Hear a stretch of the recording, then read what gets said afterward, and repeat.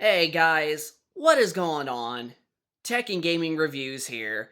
Now, this TV, as you can see from the title of the video, is indeed the LG C1. This was our first ever OLED TV that we have purchased. Well, technically what happened is we had a bad 8K Samsung TV panel and Best Buy and Samsung communicate of letting us return it within a month, after the return policy was over. And a lot of people that I asked between a Samsung QN90A and a Sony X90K at the time, as well as the LG C1, a lot of people said go for the C1. And I can honestly say that we made the right choice going with an LG C1. Now, we also have a couple other LG OLED TVs, such as the C3 and our recent new one, the B4. And I will say, though, that the B4 is probably the best one out of the three that we have in terms of colors and whatnot. I thought the colors almost look very vivid, almost close to what an QD OLED has to offer. But that's just to say the least, though. The LG C1 is actually still vibrant and still very, very colorful. And we are approaching 3 years after purchasing this TV. So I wanted to see and share a video with you guys to show you how the uniformity looks. And so far, this is the red on our Xbox Series X on SDR and not HDR. And so far, for the most part, it looks pretty darn solid. Like as you can see, there's no signs of burning, and then now there's the green. But now let's switch over to our PlayStation 5 in the HDR, and this is going to be HDR, and so far everything is looking good on the red, especially in the HDR. So we're going to start this video until it goes up to the green, and then we're going to pause it and check the green out. So this is the green in HDR, and as you can see, it is pretty darn colorful. And there's definitely no signs of burn-in or anything. It is a completely almost even uniform picture.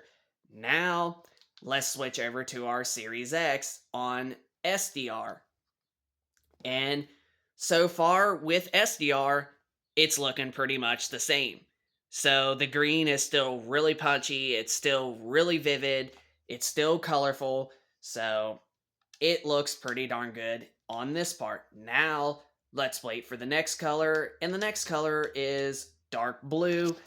And this also looks pretty good for the most part. Now, it's definitely a little bit not on, like, with our recording, it's that I know the blue is gonna look a little fade a little bit, but, that's just because of our camera. But if you was here in person, it's going to look really, really vivid, really colorful.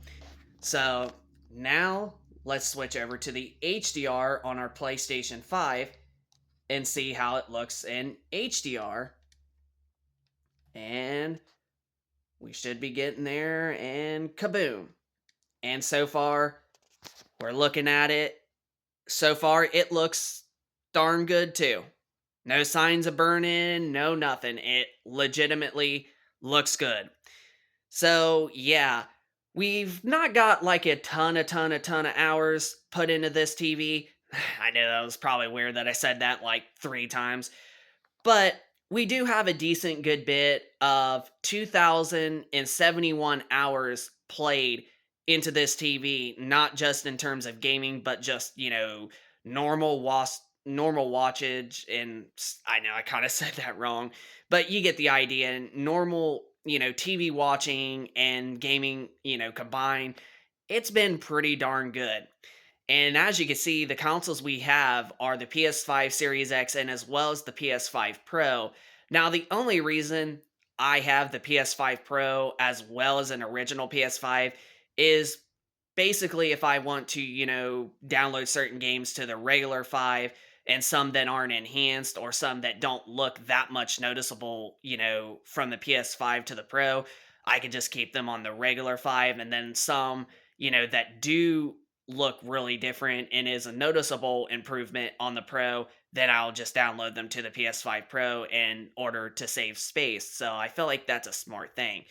But a lot of people have said that OLEDs are, in fact, the best place to play video games, as the performance is just going to be better than an LED TV, and you're just going to get a nice, cleaner looking image, especially over an 8K LCD TV. I've heard 4K OLEDs actually can look cleaner than an 8K LCD TV, and I believe that is actually true. So, we are, however, I do got an announcement for you guys. We do, however, are thinking about giving a couple LED TVs another chance, and we haven't actually decided on which ones we're going to get. But they are going to be from Hisense and TCL by the beginning of summer. We don't know if we're going to try the U8N and the QM851G, or if we're going to check out the U7N and the QM7 TCL. But without further ado, we are going to give a Hisense and TCL, a couple LED TVs another try, just to see if they actually look darn good. But other than that, the LG C1, this is just a uniformity test that I wanted to give you guys. And so far in both SDR and HDR, I gotta say the RTV is still looking pretty darn good. And we are approaching 3 years ever since we purchased this TV. And it's just honestly, it still looks pretty darn good for the most part. Now, we're going to check out another color real quick. I think there's one or two more colors left. I think the next one is purple. Actually, no, I take that back. It's actually light blue. And this is light blue. And so far, as you can see, it looks pretty good for the most part. So, not a crap ton there. Now we're going to switch over to our Xbox. And, well, our video just ended, so we're going to start her back up. Minus the crazy add-ons. So, other than that, I think the TV looks pretty darn good. So, we've spent about 2,000 hours, like I said, and so far, I just think that the LG C1, it's still a really solid TV. So, if you're somebody that absolutely has an LG C1, whether it be in a 55-inch or a 77-inch or an 83-inch size or whatever the size case may be, honestly, I think you're still going to be pretty darn good, as well, as long as you took care of your TV and you don't have static elements on it, and you turn the TV off and all that, and you just use it quite often, I should say, like here and there. I think you're going to be pretty darn good for probably another good 5 to maybe 10 more years. Now, we do also have a Samsung S95B QD OLED TV that we're also going to do a uniform test, and I can already say that I'm really quite confident that that TV is going to be a also solid clean image, just like our LG C1.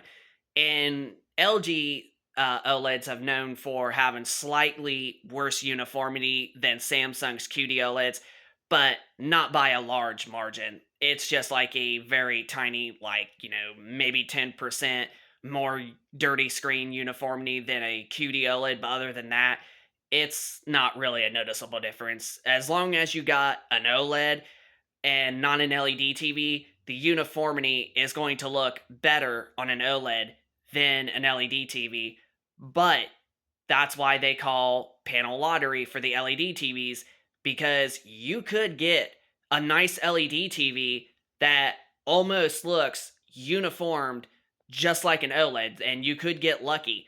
But it's definitely it's a panel lottery situation, so you have to hope that you get the best when you go for an LED TV, whereas on an OLED, you're going to be like 75, 80% out of 100, you're going to be guaranteed with a good panel. But there are some OLEDs that still have issues and won't look slightly uniformed as good, but that's definitely not as big of a issue as LED TVs. So for the most part, with an OLED, you're definitely going to be very solid. You're going to be satisfied with the uniform. So other than that, I have to say our LG C1, she is still rocking strong to this day. And we've now officially had this TV for 3 years. And to be honest, it's definitely been through a lot over the last 3 years. It has actually been moved 3 times. Like, I'm not even kidding. Like, I have moved 3 different times with owning this TV. Like, it's insane how good that this TV still is after moving so much, and she is still going strong. She's like a strong armor, and it's a beauty. She is a strong beauty armor. Let's just put it that way. So, let us know in the comment section down below if this is a TV you guys actually have, and how is your TV still going 3 4 years later since you bought the C1, and what size do you have, whether if it's a 55, 65, or 77 or 83-inch size of the LG C1, and what is your purpose on using it? If it's for just movies or gaming, what do you like about it? And how good is your experience with your C1? Or if you have a C2 or a C10, also let us know if you got one of those models and how your experience is with it. But without further ado, this is going to be it for the video, tech and gaming reviews, and I hope you enjoy the uniform test of our LG C1 and showing that it is still going strong and all the times that we moved. So let us know in the comment section down below of your thoughts, and if you have any C1 size, and how good is your experience with your C1, and what do you use it for purpose wise, if it's for movies or gaming. Also, hit the like button, subscribe if you're new, and stay tuned in for our uniform test of our Samsung S95B soon. But without further ado, tech and gaming reviews here. Rate, comment, subscribe, and we will see you in the next one.